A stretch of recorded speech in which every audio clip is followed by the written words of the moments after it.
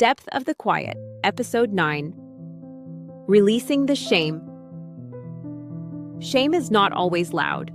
Sometimes it arrives quietly, almost politely, and settles in before you realize it doesn't belong. Many parents don't notice the shame at first. They notice discomfort, self-doubt, a tendency to explain too much, a hesitation before speaking honestly. And slowly, they begin to carry an unspoken question. What did I do wrong? Estrangement has a way of inviting this question.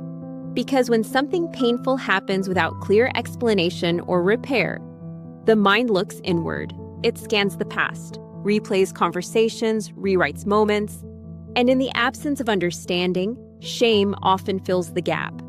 Shame tells a very specific story. It says, if this happened, it must say something about who you are. It says, if you were better, this wouldn't have happened.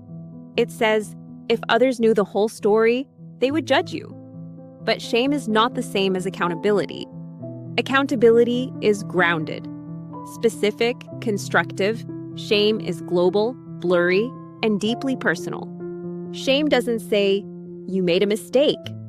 It says, you are the mistake. Estranged parents often carry shame because the loss is so public and yet so misunderstood. People don't ask what happened. They assume. And even when no one says anything out loud, parents can feel exposed, as though something about them has been quietly disqualified. This kind of shame can change behavior. You may notice yourself becoming smaller, more careful, more apologetic. You may hesitate to share joy, as though happiness needs justification. You may feel pressure to be extra kind, extra understanding, extra quiet, as if redemption requires restraint.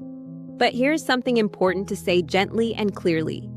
Estrangement is not a moral verdict. It is not proof of failure. It is not evidence of unworthiness. It is a complex relational rupture, one that arises from many forces over time, often without clear villains or simple explanations.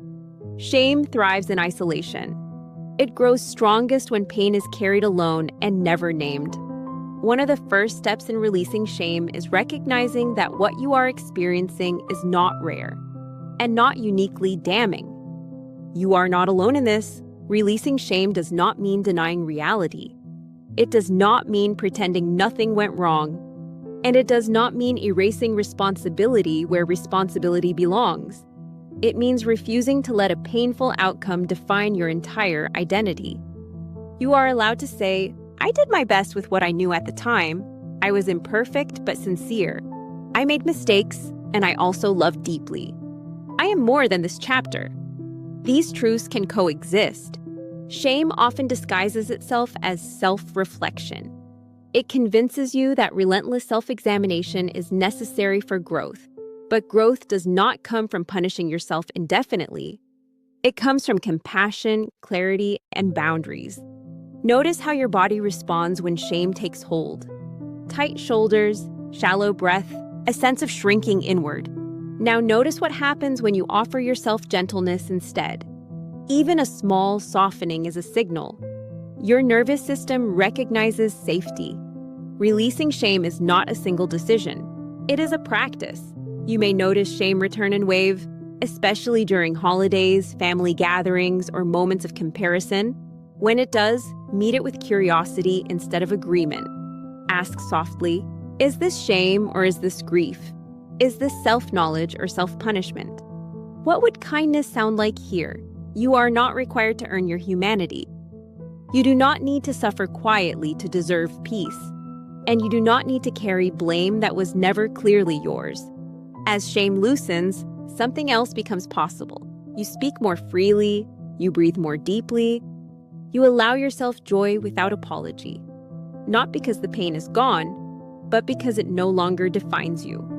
Releasing shame creates room for dignity to deepen, for understanding to soften, and for life to expand again. You begin to relate to yourself as someone worthy of care, even in the midst of unresolved loss. If you are carrying shame today, pause. Place a hand where your body feels tight. And remind yourself quietly, I am allowed to be human. I am allowed to heal. I am allowed to live fully again.